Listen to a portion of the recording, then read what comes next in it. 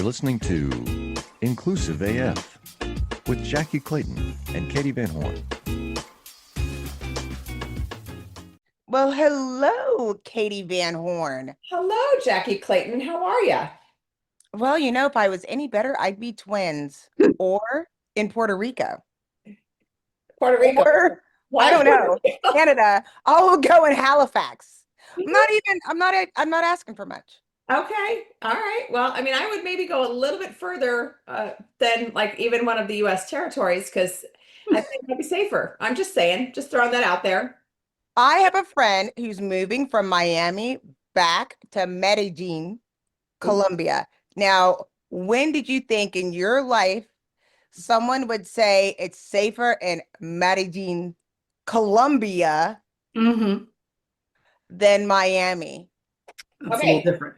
All right, 20-second before we keep going.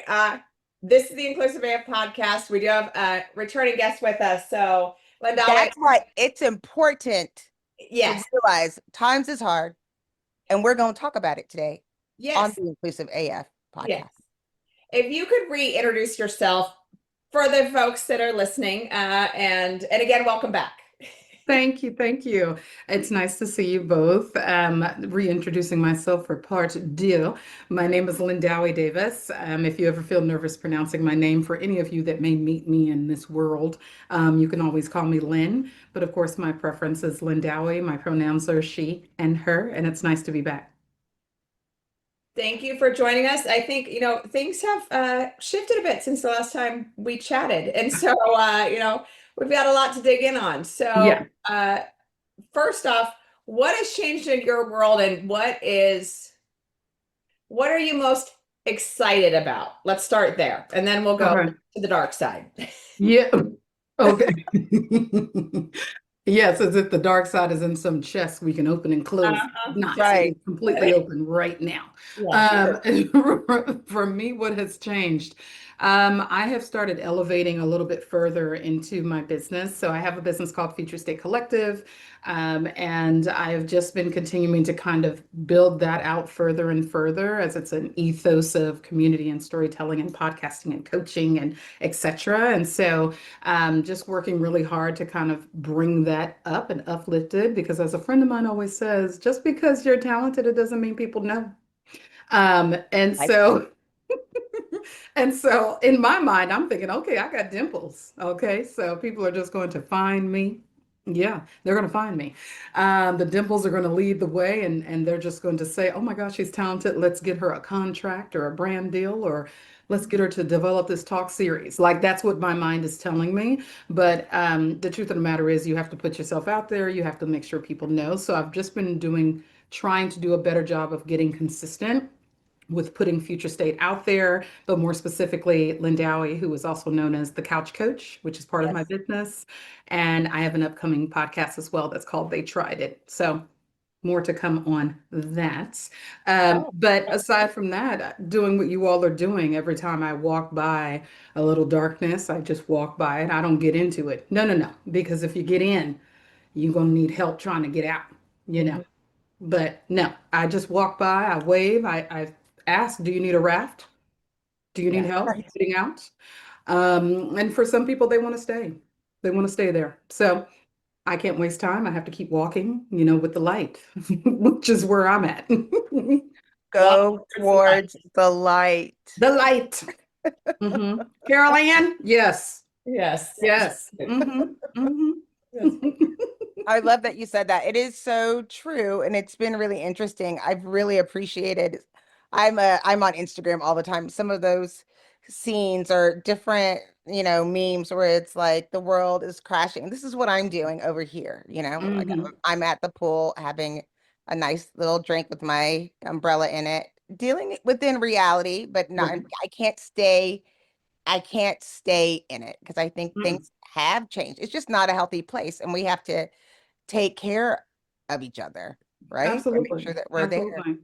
I And wanted to not say, you know what? And not in that way that people are like, oh, let's braid each other's hair. No, more no, like if you see somebody in trouble, maybe ask if they need help. Or if they're not in a position to say anything because they have no voice, maybe you can provide some additional assistance because you yourself have space.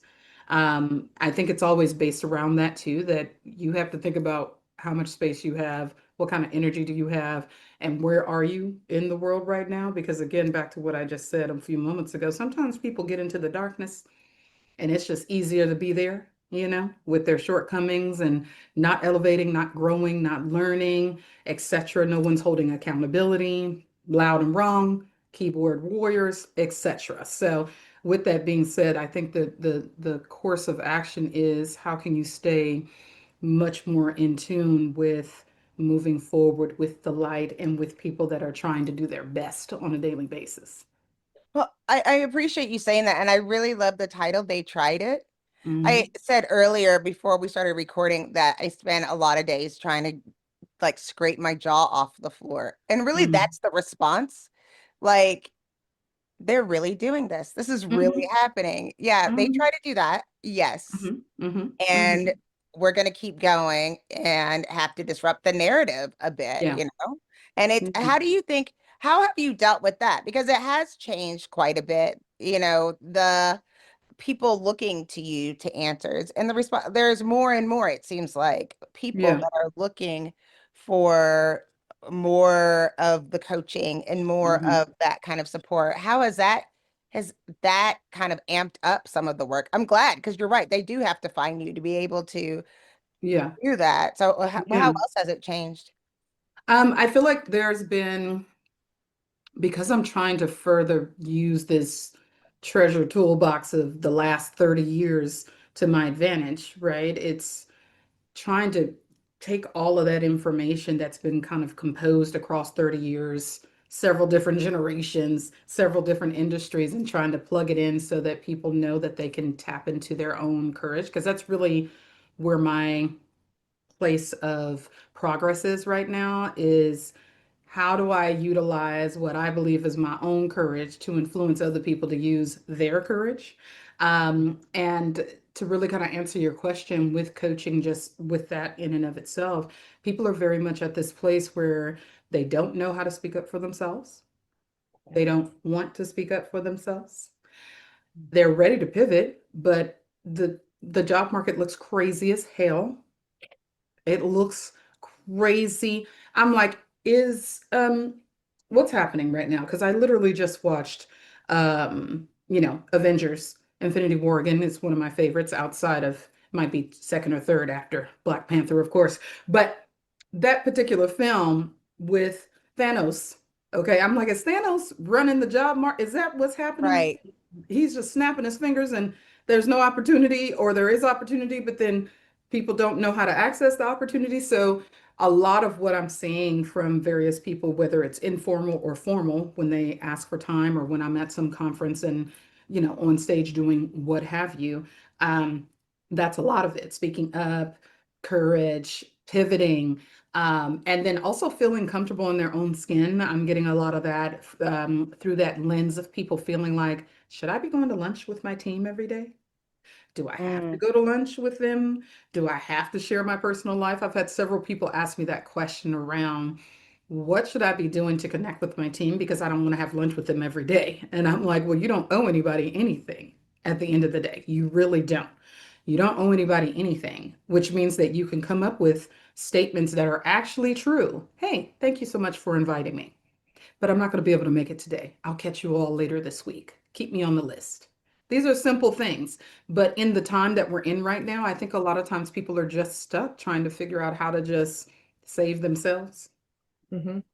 Well, and I right? think it's also protecting your space. Yes. I think and I don't know about either of you, but by the end of the day, I am so mentally and physically exhausted that the Yeah. idea of going to the gym or going and doing anything other than sitting in front of a TV or in front of a device is overwhelming as all get out. And it's because of this, like, oh, I have to be on and okay for everyone around me. Hmm. So how do I put those boundaries in place and actually set those, okay, I need a minute, or no, I can't join you for lunch, even if it's virtual. Hmm. I need Hmm. to go do whatever I need to do. Whatever, and to your point, whatever excuse you want to use, and how do you say Right. it in a nice and kind way without offending anyone? So, That's right. That's right. I mean, I think I've seen an uptick in my own life of dessert intake. Um, I mean, I was already a dessert lover, but over the past 6 months, there has been A lot yeah, of creme, oh my gosh, this is, I insert mean, thing here. it had gotten a little bit out of control. Mhm. Just a smidge. I like a little basque, which is a burnt cheesecake, chocolate. Oh, It's yes. delicious. I love only very specific cakes. In New York, for example, there's a Brooklyn blackout cake, but it's a very specific one from a place called Ovenly. Hmm. I need more information on this. What's in it? Tell me all about it. So there's several that do it well in New York, but the place Okay. that I like it from is called Ovenly, and they use like a chocolate stout. Let that sink in. They use a chocolate stout that they I'm gonna, blend. I'm gonna need a minute for that then. Okay. Yeah, So this is in yeah. Brooklyn. Okay. And you could order it through Gold Belly, which is a friend. I'm not that I'm advertising that, but just shout out to them if they want to send you all sponsorship and me too and some free stuff, Yeah, whatever, yeah, you yeah. know, We you need know. cake. We need all the cake. If ever All the desserts. and a But freaking I say that to say to what you're saying, Katie, like there's these moments where you're trying to be on throughout the day. You're trying to get these to-do lists done. You're trying to do all of these things, but it's not true to where you really are energy-wise. And it makes it very difficult sometimes because now you're trying to turn the finger on yourself, which is a thing that we all do, whether it's through placating, whether it's through, not being kind to ourselves, whatever that thing is, we tend to not take the time to really say, oh, this is just fine. I can come home, I can be already home, I can sit here and watch this show that I love in yeah, silence, and that is okay, and right. etc. If people have kids, same thing. Maybe, they're working with their kids, they're doing their homework with them. Maybe they put the kids to bed and they're literally just in a closed-eyed but eyes open type situation with the TV on, you know. And so I think that there's obviously like there's something about being okay with that and really giving yourself permission. That's what's coming to me, this word permission, and all the ways in which we need to remember it and encompass it in our own lives as well. Mhm. Yeah. I feel like sweet baby TJ, who is my son, who's 22, but I call Mhm. him sweet baby TJ, introduced me to Love Island for just this occasion. He was Okay. like, Mommy, you need to watch Love Island. And I was Okay. like, what is this? He was like, it's absolutely nothing. There's like no value. Like your brain you can just sit there and like, Just sit there. because Mm. I am a reality TV fan. So I was just like, oh my goodness. It's like my version of that cheesecake where I'm just like, I'm just gonna sit I've with seen this. crazy stuff like clips and stuff. I don't watch the show per se, but I do get my downloads from various content creators who are hilarious. And the, Mhm. the clips that they end up It's showing, I said, oh, hilarious. these are not the It's children that wow. Whitney Houston was talking Oh about. no. Hilarious. These are not the children that Whitney Houston No. is not. But I want to go back to you were talking about coaching a bit and the Yeah. job market. And I think it's because I mean, we're in a really interesting time right now because things Yeah. are moving so fast. So I'd love to hear True. more about your coaching because it's a different time. It's not maybe a couple of years ago, Hmm. we might have said, if you can just hold on Yeah. till this time, but you're really hanging on by a thread in all industries with if you're not doing something to stay abreast. So how True. are you coaching through that moment? What are some of your without, I mean, we'll pay you for real coaching, but I Yeah. mean, thinking about that, how are you? Yeah. I know that that We has, would actually, on second thought, we would like to tell you all of our current issues, yeah. Yeah. what we need you to do for us. If you can help us. Oh, that'll take, that's a whole different show. I need cocktails for that and a little bit of copay. No. Exactly.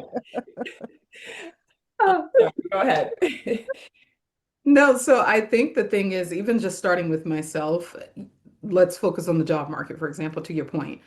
A few years ago, sure, when these major layoffs started happening, and I want to set the context here that I understand that across the last 30 years, there's always been layoffs. The difference is, though, is that over the past, this is 2025, so I'll say 3 to 4 years, Mm. The layoffs has come at such a large number of people and at a rate that I don't think we've seen in a long time, which is why it's been so daunting and kind of like a slap in the face to many people outside of the value system and virtues of what you thought said company was about.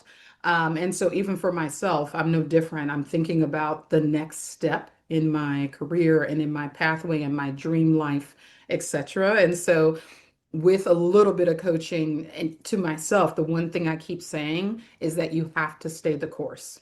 Mhm. Whatever it is that you were trying to do in your career and your dream path and your this is the purpose of my life. Hopefully, in many people's lives, those three things connect. I know that they don't always. Sometimes it takes some time to get all three things in one place. Even for myself, I've been chasing this thing for a very long time, being a TEDx talker and Emmy Award winning host and so on and so forth. All right. I'm manifesting that. We're going to have Denzel, you know, Yep. everybody on the couch. All right. Through the couch coach, but we'll get to that. But my point is one thing I like to tell people is that you have to stay the course, even when it's hard, because the whole point of setting a path up for yourself and setting goals is so that you, in your own time, in your own self, as you're continuing to grow, can actually meet the goals that you're setting, not the goals somebody else is setting. No, no, no. What you are setting so that you understand what that means to you and how much it means to you. But it's that tagline for me. You have to stay the course. If your job says, listen, we're going to move you out of this org and put you over here in this org, and you trying to figure out why the hell would you do something like that? It doesn't make sense. It disrupts my entire path. You don't need to stomp around in the room, right? If something like that happens, what you can do is get out your little notebook that has your dreams on that little notebook or your dream board, and you say to yourself, what does a pivot look like? Because although I have no control over them moving me over here to this org, how am I going to use this move to my advantage? Not to their advantage, to my advantage. And then the second thing I'll share is outside of staying the course, even if it's a job that you don't want to do, you have to do it with the integrity. The integrity has to be across the board, no matter what the job is, whether you like it, don't like it, if it's a stepping stool, whatever.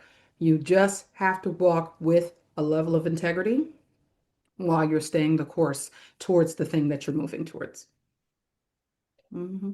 Like I think like that for me is such a like we were just talking about not Whitney Houston's children, or the children she spoke of, which is funny, and I am going to use it at some point in the future. But I think it's also that's such a good point because I have, and Jackye knows this, I have quite a few nieces and nephews. Obviously, she has children as well, and I think that's the biggest part is how do you stay motivated? How do you stay I won't even say excited, but motivated to and Yeah, engaged on this when you are like, but this isn't what I signed up for. This isn't what I right, want to do. And this isn't on my board. This isn't on the path that I thought I would be on right now in 2025. I right, think that's right. a key piece to be, to keep in mind of how do you do that? Yeah, I mean, I think that there's even for me right now, like I said, I'm in the middle of it right now for myself. There are a few people I know, including myself, that are in the middle of this transitional space that we didn't necessarily choose, Mhm. but in a depending upon what you believe in, right? I believe in God. I believe in I'm a spiritual person as well, and I feel like when messages come to you, sometimes you just need to be paying attention to the message. And the message may come to you two or three times before you start making moves, right? And sometimes the message is not like, wait, didn't I just get over this barrier? Why the hell is there another one standing here? Right. But it's because you're not moving the way you're supposed to be moving, or you're meant to actually go through that barrier so you can just pull the lessons and move forward. And so the motivation part, it is hard. Right now, I've just been thinking, even this week, why does my fire look different now than it did when I was 16 years old? Right. Mhm. Right. And I don't know if that's just because at 16 you can see the world in a way that's so hopeful and yes, I'm going to jump from here to there. I'm going to go to school.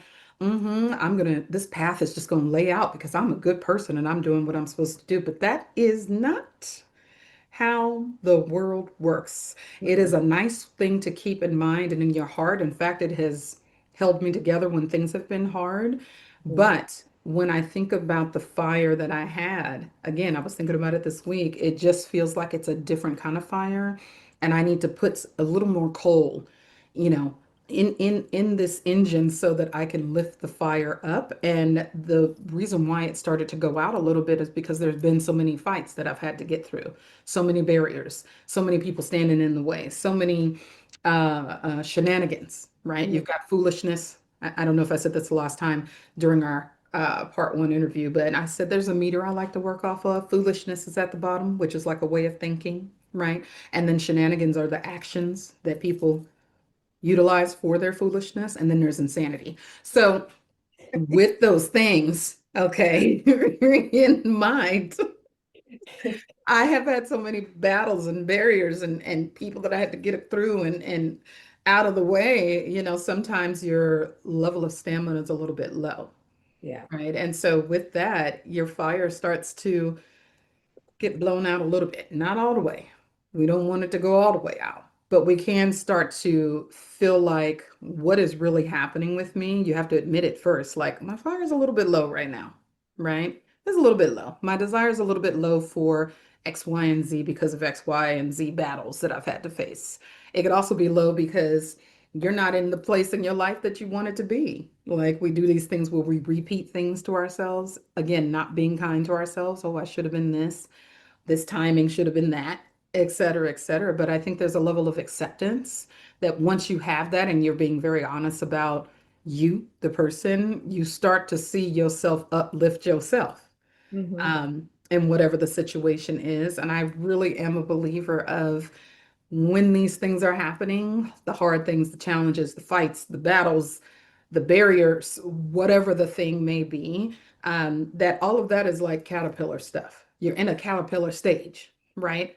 And you're trying to get out of caterpillar stage so you can get to be the butterfly in that phase of your life. There are several phases in life where we are the butterfly and the caterpillar. You just have to figure out which one you are in the moment that the things are happening so that, again, that fire is lit or so that you have enough air to fly, whatever analogy you want to use or add to that. But it's all relevant to what it is I'm saying and how I'm driving this point home, that it really is up to us and we have to figure out what the desire is. How do we feed back into the things that mean so much to us? For me, it was going back to 16-year-old me and saying, that girl, ooh, she knew. You couldn't tell her nothing. She was going to school, right? She was going to school. Okay. She was going to be meeting Oprah. She was about to be on Oprah's team. Okay. She was going to spin her own show. She was going to become a media maven. You could not tell her nothing. Mhm. Um, 47-year-old me is, ooh, it's been a lot of stuff, Yeah. a lot of stuff, but it is still possible. Everything I've ever wanted is still possible. Back to staying the course. There's Uh, been some detours here and there. Again, lots of barriers, but I've never lost that. And so that's how I've managed to keep my fire kind of burning, yeah. in and of itself. I do not mean to take us off topic, but I have to Yeah. make a joke because that's what I'm good for. I'm just looking at these words: foolishness, shenanigans, and insanity, and I'm like, wait, is this the executive, judicial, and Yeah. branches of the government right now? Because that's where I'm feeling right now. I'm like, oh yeah, that's exactly right. Yeah, legislative. Well, I don't even know where we'd put each one. Shenanigans is probably legislative. Anyways, Yeah. Foolishness. Yeah. sorry, I do not. So here's what I want to know. So 16-year-old you Mm-hmm. plan, or you have a vision of this is what I want to do, what I want, what my path is. Yeah. And I think for all of us, there was this, oh, I'm going to go straight up. Mm-hmm. And that's going to be my trajectory. I'm going to go from here to up. Yeah. And instead it usually is this, and, all these Mm-hmm. very different look. How do you pivot? So Yeah. knowing and I'm thinking about folks that we're focused on DEI, that Mm-hmm. now it's basically that job doesn't exist anymore, Mm-hmm. or we're focused on whatever it might have been. How do you start to pivot and think about what is next for me? Because I think Yeah. part of it too is to your point, jobs just aren't there, or Yeah. what I did before doesn't suit me anymore, or they're asking me to do something different than what I think is my role or what I want to work on or am passionate about. So how Right. do you fit?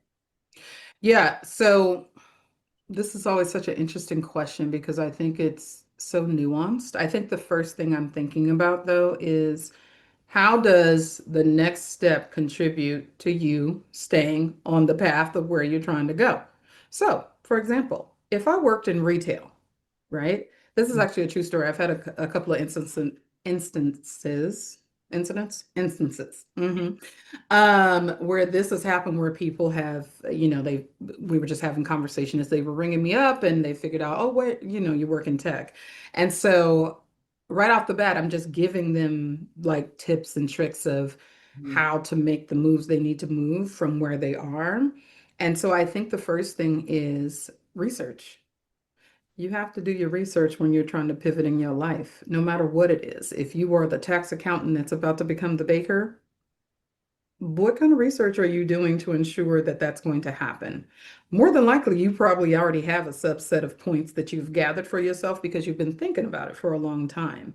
So I think the first thing is thinking about, what does the research say for you in this moment right now, for how you can take your life from being that retailer to working in tech, or being the accountant who wants to become a world-class dessert maker or a baker, right? I think that's the first thing. I think the second thing is, like, if you are trying to pivot, where are your finances, right? And I know this is more in the weeds, but I think that these are practical things that you have to think about. You can Yes. I'm not a believer of, you know what? Fuck this job. And then saunter into the air with the butterflies over to wherever it is I think I'm going. No, Right. that's not that's not, I'm a grown up. It's not something that I can necessarily do at this point. And so you have to do your research. You have to think about your finances. You have to think about, what is the impact of you making this change right now, and how far are you willing to go? Because when you think about the bigger picture, a lot of times people are like, I'm ready to go. I'm ready. I'm done.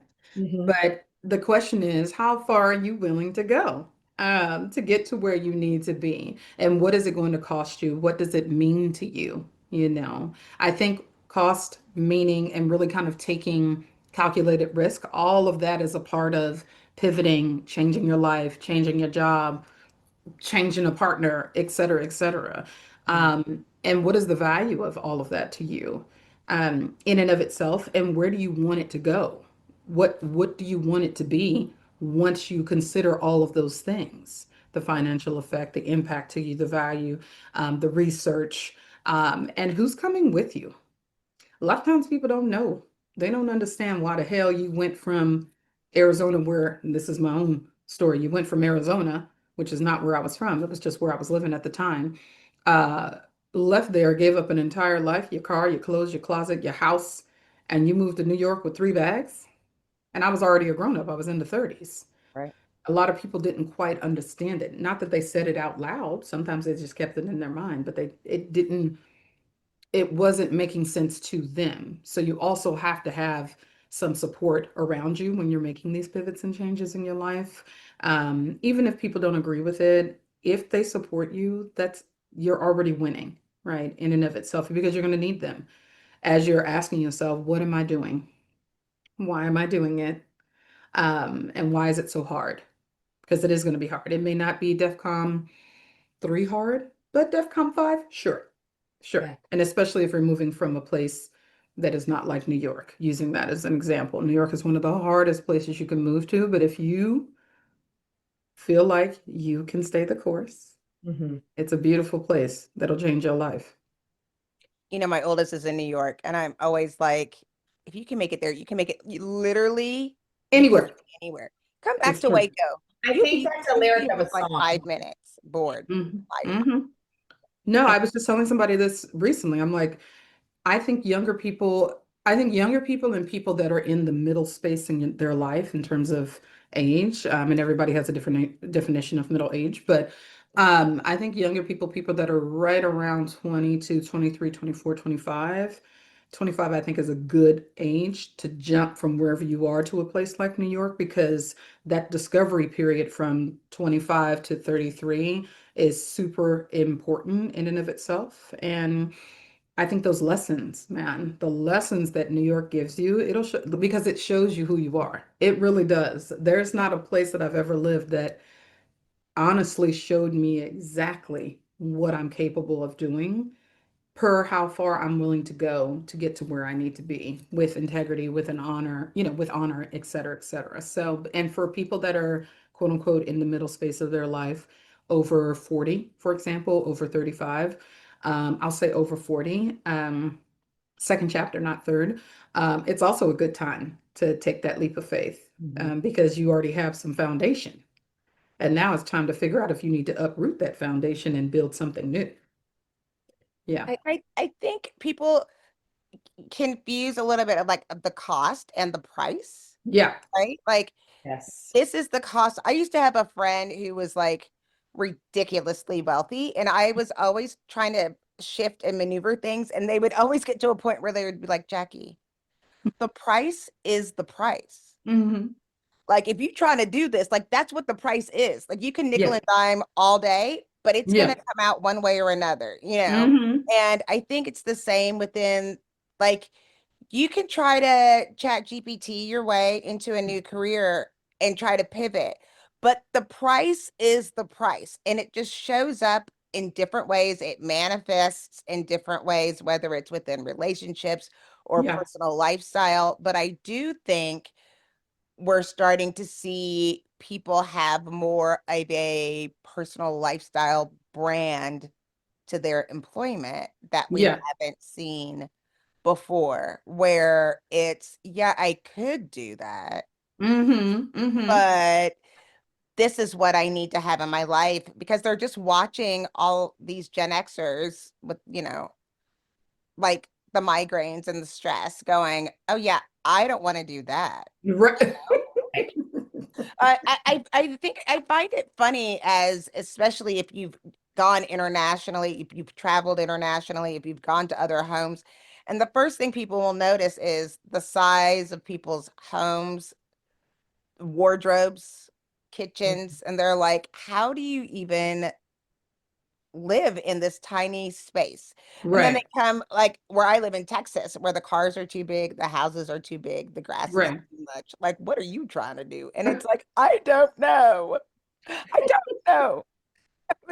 You don't realize how we live. And again, understanding what the price is versus the cost. And there's only certain things that you can change and manipulate. I think that the for people that are making that change, I do recommend that you look for a coach and really have someone because it is you are training to make that leap and you Right. need somebody to help you stay the course because we are all discomfort averse, I think.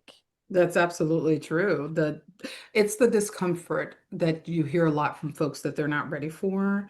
And I Mhm. think that a lot of people get confused on a few different terms. So for example, being uncomfortable is very, very different than struggling. Mhm. Yes. Being Right. uncomfortable is, oh no, I'm in this job I don't like, and I can't go to my favorite coffee shop on a daily basis anymore because I got to tighten up my finances, right? Whereas Yeah. struggle is, oh snit, I don't have a bed and I'm very close to not having a place to live. That's very different than discomfort. So, even just identifying that with your situation is going to be super, super helpful, so that you're not mistagging yourself and setting yourself up for additional worry that you don't need in that moment, right? But yeah, the price is the price. There is no finagling. Once in a while, you might be able to, go from $3 to $2.92, but Right. But that's it. that's it. That's it. I'm not going to remember the author because I read this book 700 years ago, but um, I read a book and it was basically like, what's the worst case scenario? We're in Mm, this space going to what's the worst that can happen. So, when you're in that area of discomfort, go to that place of how bad mhm. can it get or Right. the worst thing that could happen. So, like the example I have used is, okay, so if I lose my job or if I lose my house or if I lose my whatever, Hmm. first thing that happens. Now, I am in a very lucky position that I have 6 siblings. So whether they want it or not, I would move in with one of them or I would whatever. Not like, and again, I know that I'm in a very privileged and good space because of that. I could probably, hop from house to house so that they don't murder me. But that's a different issue altogether. But the concept of like play it out in your head of like, what is the worst case scenario? Because then I think it also gives you that, okay, well, it is that bad or it's Mhm. not that bad. Right. I'm going to end up on the street and I have small children and I have this, and what's the worst that could happen? Right. Or is it, well, it's going to be uncomfortable for a few months and I need to buckle down and not buy that, whatever, that new Mhm. sweater or whatever it might be. And so kind of just reframing it in your head so you Yeah. can, because all you do, I think for any of us, when you are in a space of discomfort or what's next or how do I pivot or whatever it might be, you do have that mindset of, oh my gosh, if this fails, everything blows up and there's no way to return from this. I will never recover. I will never. And then it's like, okay, well, let's play it out. Right. And what truly is that thing? Like, what is the thing that's going to happen? Or how does, we've all made mistakes. We've all done things that haven't been great or that we maybe aren't Yeah. proud of or whatever. Yeah. We've made a decision on a job or a work or relocating or whatever. Like, I Right. moved to Minnesota and I was up there for a year and a half and I was like, I hate it here. It never stops snowing. I am an Arizona girl, so I need to go back to the sun. Like, this is not for me. This is not the place I should be. I need to go back to where the sunshine is. Mhm. And it was a mistake. I like got great experience from it. I got, great friends from it, that type of thing. But playing those things out in your head is such a critical piece to it, I think, too. Just Yeah. say, what's the worst that could happen? Yeah, I think also just having someone, who has done what you're trying to do is 100%. always super useful, even if it doesn't exactly mirror everything. Just having a person who has taken leaps of faith, Yes. or calculated risks, because you could be a leap of faith person. I'm exactly that. But with leaps of faith, I do research, right? It's never just, oh, let me kick the door in and walk through. No, very much this behavior of let me look around the corner. To your point, Katie, let's look Mhm. around the corner and see what the possibilities are. And I think also for people that happen to be overreactors or people that tend to jump in their behavior when things go badly and without thinking, that's like a good thing and a good piece of information for them to have, just to let's just look around the corner, play it out ahead of time before I overreact on something that's not even here. Yeah, Well, I Yeah. think absolutely. it's interesting. I I, I have had two children, and I remember it's always how your brain works in its way to protect you, and Hmm. how you forget all that pain and you're like, oh crap, yeah, that. Yeah, I don't want to do that again. But Right. you forget it over and over and over again. And now in my 50s, I'm like, none of it is that bad. Like Hmm. all of it is much, but you have to get there. I remember thinking like, oh my gosh, this is going to be the worst day ever. Hmm. Right, ever of all time. And I don't remember what we were listening to. I think we had Depeche Mode, and I was like, in the background, we were working on a puzzle, and I was like, oh, and it was like, what are you feeling right now? I was like, I'm gonna get in so much trouble. Like, I Hmm. remember listening to that song, and I was gonna get in really, really big trouble. And I'm just glad I'm here. That's all I'm gonna say about it. Yeah. Like, and you can get through these scenarios, but it's like making sure it's interesting because you have to do both, right? You have to not be afraid to shrink, advocate for yourself at the Yep. same time, like imposter syndrome we know creeps in the reality of the scenario while holding yourself strong to make these changes. Yeah, absolutely. Yeah. Absolutely. Imposter Like, syndrome, that in and of itself is definitely I won't call it the killer of dreams, but it is definitely a cousin to trying to take you out of your headspace of I can do this, Mhm. right? It's definitely one of those virtues that we are not interested in actually having, but it creeps up on everybody. It's literally lurking in the dark, asking you, yes, let's sit here. Let me sit right here with you and be with you. And you're like, no. right. No, no, no. I don't want you here. I don't want you here. But I think that there's also like a level of, I hate to say it, but there's a level of comfort in when you have imposter syndrome, because now it's giving you permission to now say, oh yeah, sure, I did what I could, but I just wasn't good enough, right? There's a level of comfort of being able to say something like that when deep down inside, you know that's not true. You know it's not true. And this is where those friends and that support group and even just small wins that you happen to have are going to need to come into your space and kind of refuel you. Back to what we were talking about earlier in the conversation. I think it's interesting too, because the only way you can get imposter syndrome is if you're actually doing it. Yeah. That's the only thing that's gotten, not the only thing, but what it's gotten me through bad bouts of imposter syndrome, because it means you're actually doing it, or else you wouldn't think that you couldn't do something if you weren't Mhm. doing it. So you That's weren't right. doing it. So That's right. that's like the first step, or the second, or Mhm. third. Imposter syndrome's always gonna, at least you're doing it. At least you're doing it. Yeah, absolutely. Absolutely. So, we like to play this game at the end of each episode. So we're gonna start with you, Lindiwe. So tell us, what is one thing you would like our listeners to hear from this episode? Ooh, that's a lot of nuggets. I I feel think like we do one thing really because we never really do one thing because Yeah, it usually has 75. So yeah, loser. I want the listeners and people that are also discovering the podcast to remember that no matter what happens, if you are faced with a decision that's what you think is, if I go left, if this is going to happen, if I go right, this is going to happen. I want you to remember it doesn't matter which direction you go in. When you are doing what you're supposed to be doing, you'll always end up where you're supposed to be, which is in line with staying the course. And so I think just combining those two things is something that's been super helpful to me, but also it's something that I often tell people, especially younger people, when they're faced with big decisions or what feels like big decisions. When you're doing what you're supposed to be doing, whether you choose A or B, you're still going to end up where you're supposed to be. But you can't be out here doing lines of coke in bathrooms. You can't be out here. Turns out, not You recommended. you Not can't be stealing from people. You can't be robbing houses, and no, you can't be doing none of that stuff. right. Because you'll be on a different path altogether.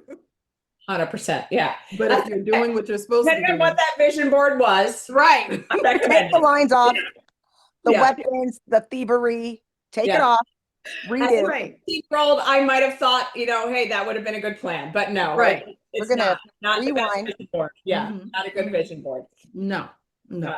Thank you, Jackye. What you got?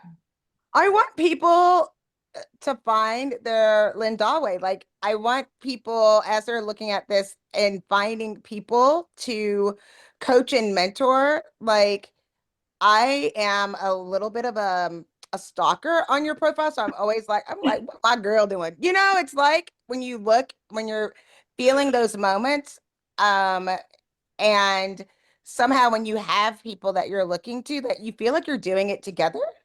So Mhm. I want to suggest that you look to your people, Mhm. and you don't have to look to people that are, even though we probably are both going to be at Oprah's birthday party. I'm just not I sure mean, when. you know. But I feel like, you can also like look to people and just reach out and Yeah. find people that you can talk to, and in that space, because in those moments, a lot of times you might have to look outside of your circle of Yeah. where you're going and what you need to do, because it's really hard as people are trying to keep you safe as you're trying to be innovative. That's So right. look for your Lindawe, and then we'll see you at Oprah's whenever Listen. that All time. right. Mm-hmm. Yeah, Mm-hmm.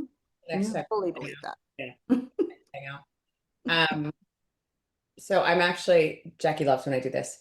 I'm going to piggyback off something Jackye just Oh my said. God, listen, it's the colonizer's curse. You can't help it. You're just gonna steal from Listen, me whatever. every episode. You just can't help it. So I'm going to start with you, and then I'm going to go to Lindiwe too, because I think that is one of the pieces that I want to say to you, Lindiwe, is that people are listening to you, Mhm. even if they're doing it as a stalker, as Jackye Yeah. is right now. Even your stalkers are listening. So please keep doing what you're That's doing. how good of a person you are. Yeah, that's how good of a person. You have stalkers you don't even know about. You So need to there you take go. that off my vision board, stalker. Yeah, exactly. But I think that's a piece is, having that community. But then I'm also, because I did go to church yesterday, because it was Mhm. my mom's 86th birthday. So we did go to mass because she's convinced we're all heathens because we don't go to church every Sunday. So we did it. It made her Proud of happy. you. But the reason I bring that up is because, what you just said also reminds me of just the whole concept of, I know the plans I have for you, the Isaiah 29. And I think that's part of it too, is that you're where you're supposed to be, regardless Yeah. of where that is. And Mhm. plan, whether you believe in it, know it, feel it right that moment, even Mhm. when you're doing that line of Coke. Mhm. Again, please don't. Mhm. It's the idea of that. The idea of it scares me. I could never in a million years. But and I also will say yesterday, one of the things that the priest said was, tell God you need him.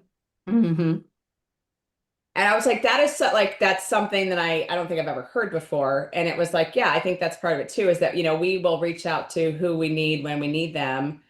But do we do that in such a way? And I know that this is absolutely not a religious podcast in any way, shape, or form, Yeah. but it does strike me. And so I just wanted to mention that. But I agree with you. There were so many nuggets in this episode. And so I really want to make sure that people listen to this because I think it's huge. And Yeah. I just want to thank you for the work you're doing and reassuring people in this time of what the heck is going on. Yeah, for sure. Your role, who you are, what you're doing every single day, the Mhm. words you're saying, what this podcast that you're going to launch is doing Mhm. or will be doing, I think is so important right now. So I want to thank you for doing this work and continuing to do this work. I appreciate that. It's this has been this last 24 months has definitely been challenging, extremely challenging, and has tested a lot of the boundaries and limits that Mhm. you put up for yourself where you think you're trying to protect yourself, and sometimes people just keep doing wrong. And so now you have to meet them where they are with the energy of like, don't play with me. And so I think, and I think I've seen a lot of myself have to jump into that seat of don't play with me. I'm not the one to be playing with because I'm not doing wrong by people regularly. So don't roll up on me with your shenanigans.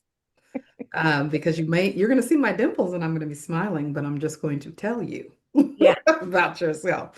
And so, yeah, so with this brand and business that I'm trying to build for myself, this is my dream. Like, to be this sought after host, to be the coach that people want to come to and talk to about not just life, but about the way in which they're moving in their life.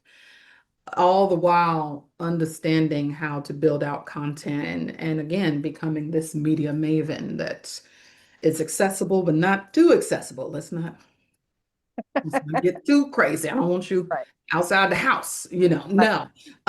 But in and of itself, I don't know if you all saw that post before we close out. I want to say it came out earlier this year where the lady is singing. I don't know if it was Instagram or if it was there's the people call it the TikTok. I don't know if it was on TikTok where she was saying, everything is working out for me. Everything is working out for me. That right there, that little chant will Yeah. bring you back to life when you get up in the morning time and you're not feeling your best. Just sing that to yourself. It works wonders. That Uh, is right. and I do like that we had a little bit of the FAFO conversation thrown in there right at the end. I appreciate that. Thank you so much because we do need to remind people. So that's good. That's very good. Well, thank you for joining us for part two. Thank you. Fantastic. And, we appreciate you taking the time. No problem. And so this is Katee Van Horn. And this is Jackye Clayton. Thank Bye. you. Bye.